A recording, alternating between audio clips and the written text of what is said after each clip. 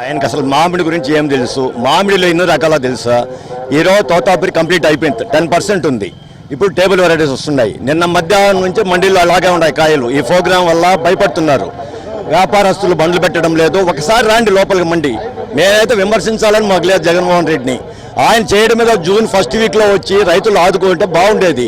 ఆయన ఆదుకోకముందే చంద్రబాబు నాయుడు ఎంత అవకాశం కల్పించాలో రైతులకు అంత అవకాశం కల్పించినాడు, సాయం చేస్తున్నారు. ప్రతి ఆఫీసర్ కానీ, విఆర్ఓ కానీ, సెక్రటరీ కానీ, ఎవరైనా కానీ ప్రతి ఒక్కరూ బాగా పనిచేస్తున్నారు, రైతులకు అంత సాయం చేస్తున్నారు. ర్యాంపుల విషయంలో కూడా చూడండి, ప్రతి ఒక్క టన్ను కాయ వస్తూ కూడా ప్రతి రైతుది ఎంటర్ చేస్తున్నారు సబ్సిడీ కోసం. ఈ నిన్న మధ్యాహ్నం నుంచి మాకు పూర్తిగా మీరు రాండి ఒకసారి మండీ లోపలికి. టేబుల్ వెరైటీస్ బెనీషా కానీ, నీలం కానీ అలాగే ఉన్నాయి. ఇప్పుడు కూడా 10 రూపాయలు తగ్గింది, కనీసం 10 రూపాయలు, టన్ను పైన 10 రూపాయలు తగ్గింది.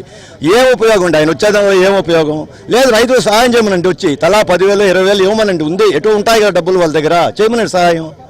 దీనివల్ల ఏమైనా ఉపయోగం ఉంటే చెప్పండి. లేదు ఆయన రమ్మండి, నేను ఇంటర్వ్యూ చేస్తా. ఆయన మామిడి గురించి ఏం తెలుసు, మామిడిలో ఎన్ని రకాలు తెలుసు ఆయనకు, జ్యూస్కి ఏం పోతుంది, తినడానికి ఏం పోతుంది చెప్పమనండి చూద్దాం. అది సహాయం చేయాలంటే మొదట్లో రావాలి, మొదట్లో సహాయం చేయాలి.